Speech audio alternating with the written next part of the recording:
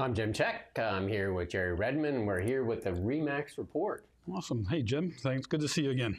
Yeah, good to see you as well. And we're gonna talk about a charity you guys are supporting first. Yeah, before we get into the stats this month, we you know about Joanna's House in Kelowna. I do, absolutely. Great facility. One of the things they're doing right now is they're going through an expansion. They need more rooms. They're having to turn away people and things like that. And REMAX Realtors Legacy Foundation was quite involved with them when it was built. So we've decided to kind of get involved with them again on raising some funds for their expansion. So we have a foundation in town called REMAX Realtors Legacy Foundation, and we are going to be matching donations up to $20,000, hoping to raise $40,000 for the expansion of Joanna's House. So if you're interested in helping Joanna's House out right now and double your impact of basically your donation, you can go to remaxkelowna.com and click on the donate banner and donate, and we will match those funds up to the first $20,000 donated. So we just launched this the other day, and we're excited about it. And it's a great charity because it was built by the owners of the Prestige hotels. They were the ones backing it all, for sure. And it's for parents, so they can stay there if they have children in the hospital. Yeah, and it's not just for children in hospital. It's actually anybody going to the hospital now. So the scope has been broadened on it for sure. It's runs a little bit like a Ronald McDonald House, just to keep the parents and the families closer and keep them together when they're dealing from out of town and things like that. So, you know, it's not a facility that's used a lot by Kelowna people, but definitely a lot of our outlying areas. Everybody comes in and uses it. So it's a phenomenal facility. And if you've never been down to see it, take some time and go have a look at it. But right now, we're going to double your donation and hopefully raise $40,000. Yeah, and at a time of when somebody's sick, having to worry about motels and all that kind of stuff definitely helps and keeps people close to the hospital too, right? Yeah, it's just down the street from the hospital on Abbott Street, across from the park there, so you can go out and get some outdoor relaxation and things like that. By the lake and everything. Yeah. Keeps you nice and close to the kids or any family member that's in the hospital. And you know, they'll be launching a big campaign for it this year as well to do the expansion, and we just wanted to be part of it. And very commendable. They're REMAX helping out with Joanna's House. That's great. Yeah, we love to do stuff in the community for sure. So let's get into some market stats and see what's going on. Let's do it. Awesome. Like somebody wants to buy a house. Well, there we go. Look at that. So average single-family home price in the Okanagan. What's going on with it right now? Well, house prices are up 1%. You know, a lot of it right now, as I tell people, we're kind of treading water. So our house prices are up about 1%. Your days on market are down. Your number of sales are up, and your current inventory is up a little bit as well. So, you know, good time to buy. You've got lots of selection as a buyer right now. Good inventory to choose from, which is nice to see. Our market's relatively a lot more healthy than, say, Toronto's condo market and stuff like that, where they've had a glut of small condos, basically, though. It's like very small, 250 square foot, overbuilt in that, or 250 square foot to 500 square foot small condos. They are very overbuilt right now in Toronto and things like that. From my understanding of what's happening there is there's a lot of concern of the market and stuff like that, what's going to happen in there. But we're definitely not to that level of concern for sure here. We do have a bit of a glut of condos on the market right now, and there's a few more buildings and stuff like that have been closing lately and things like that. So we'll probably see that inventory jump up a little bit. The desirable ones, the single-family homes, definitely kind of hanging in there, right? Single-family homes, you know what, it's pretty consistent, as I call it. It's kind of treading water. Some segments of it are really busy, other segments of it are slower. It just all depends on the price category that you fall into right now, Jim. Yeah.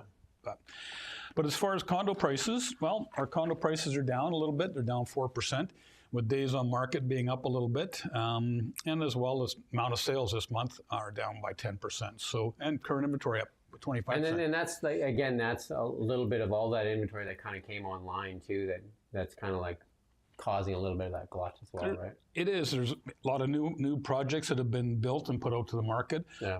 We're still dealing with some folks that are that Airbnb stuff. Airbnb rules and things like that. That again. Well, the good news is they're kind of relaxing that a little bit, right? They're talking about even doing more. We did a story yesterday where they're saying they might even look at getting rid of the principal residence exemption in some of the tourist zones.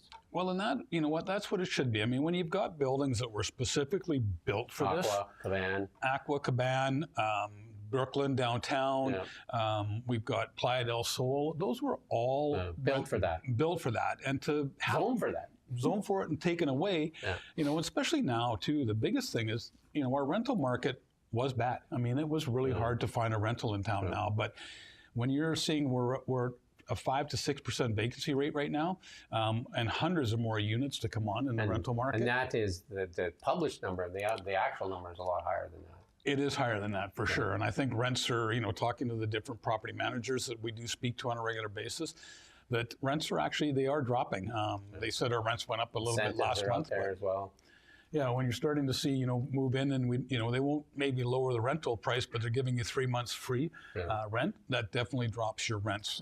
Because they're trying not to excite the people that just signed the lease, right? So obviously the incentives show up first, right? Yeah, so. They definitely do, and I think which is a good thing. I mean, it's nice that healthier market for sure. It's a way better rental market when you have a less than 0.5% vacancy rate.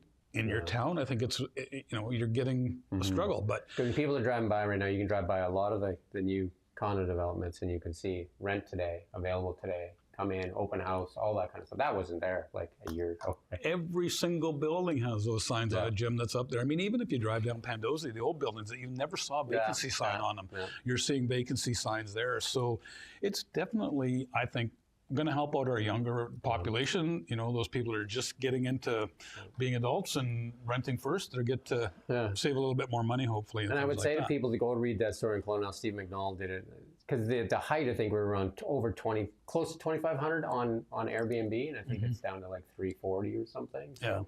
So obviously the tourism relies on that as well. Right. So it would be nice to see that pick up because I think we're going to see, judging by the traffic and stuff, I think we're going to see a pretty busy tourist season here this year with the people not heading down to the U.S. and stuff like that. And I would think also a lot of the people that invest in real estate in the Okanagan will feel a lot better if they can have back what they invested in the first place and under the right rule. You know what I mean? They weren't trying to pull a fast one. They invested in a city zoned property that was zoned and sold like that.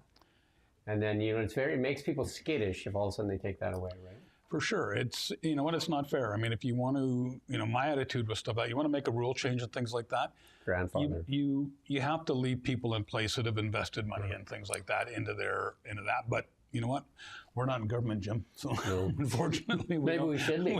No, not ever. Not running, counselor? No, definitely not. So, but hopefully, we'll get back to a little bit more saneness in that world of vacation rentals because it's it's a great investment tool for people that want to start building some wealth for themselves and as I well. did, and I did the interview with Airbnb, the head of Airbnb here in Canada, and they were saying that it was a lot of people own 20 of these units, and he said. The majority of people in Airbnb, 90% of them they have one property. Yeah, no, it's not. We're not talking big corporations that own a bunch of this stuff. This was mom and pop. Their second property, their investment property. Trying to get ahead. They were living in Kelowna, mortgage free, and they're like, hey, it looks like a good development, and then so they gave it a whirl. Yeah, you know what, and you know what, I don't blame them. I mean, short-term rental versus being a full-time, long-term landlord in this province. I wouldn't be a landlord. For anything in town. A lot of horror stories for sure. A lot of horror stories for sure. But we'll just jump into townhouses here now, Jim. So townhouses, again, we've got an inventory that has bumped up almost 15%, just a little over 14%. Price is down by 4%. Days on market is down by 6%. So we are seeing some activity, but again, sales are down by 6%. So the condos and townhouse market, they're the ones that are, they're a little bit harder right now. But with that, gives some great opportunity. Yeah, great entry level stuff though too for sure. First time home buyers and stuff like that. So, and selection now. Exactly, and that's what what is really the difference now compared to 2.5 years ago or 2 years ago, where you wanted to look at a townhouse. Which one did you want to look at? There was two, or now you and then you had to make like an offer in 5 minutes without an inspection. Exactly, and that's all gone now. But like I said, the market is percolating out there. It's not in all segments by any stretch of the imagination, but there's areas where we're still seeing multiple offers. But then there's areas where it's very quiet. So it just depends on. I think we're gonna get a Bank of Canada rate here announcement, either hold or up or down, but I believe it's going to be down. Well, that last hold kind of surprised me, but.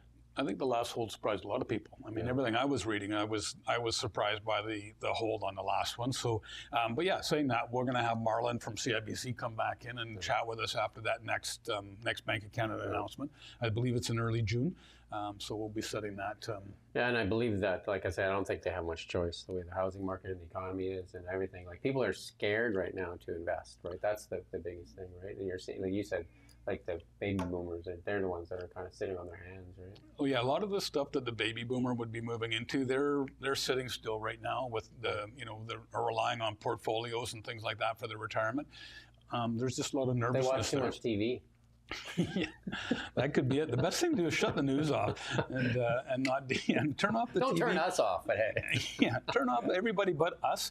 Go outside, enjoy the day, and live life. Because you know what? At the end of the day, it doesn't really change dramatically for the average person, other than costs might be costing you more to live, which it is right now.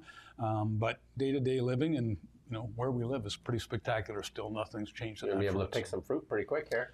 Exactly, and by the sounds of it, everything looks like it's going to be a great season for the fruit. Bumper crop. I think strawberries are pretty close now, right? Like I think you're going to start to see some strawberries here at the end of the month, right? Really perfect. You know what? It's nice and to then go to there's the early farmers cherries market. always. Like they if you go on Kelowna now, you can see all the crops as they start to come in, but you'll start to see early cherries and strawberries first, obviously, and then vegetables are starting to come all. Well, the farmers market, you know what? Saturday's farmers market's already pretty good when you go down there on Saturday down to the landmark area where they have the farmers market. We're down there on Saturdays. Pickles and always. Yeah. Excellent. Well, that's kind of it in the market, Jim. Like I said, we're treading water, but there's still activity out there. What's that website address again for the Joanna's thing for the Legacy Fund? Real simple, remaxkelowna.com. There's a donate button banner at the top. Just go in there, log in, and donate. Our foundation is run by the Central Okanagan Foundation, so that's who is doing our donation page for us. And we're in conjunction with the KGH Foundation with Joanna's House to spearhead this. And like I said, our goal is to raise $40,000. And do you get a tax receipt on these as well? If you are over the right amount for a donation, yes. There you go. Yep. So you get a tax receipt as well. Definitely. And you can write that off against your income. Perfect. Thanks. Alrighty. And we do thank you for watching Now Media. Great. Have a great long weekend, everyone. Yeah, long weekend.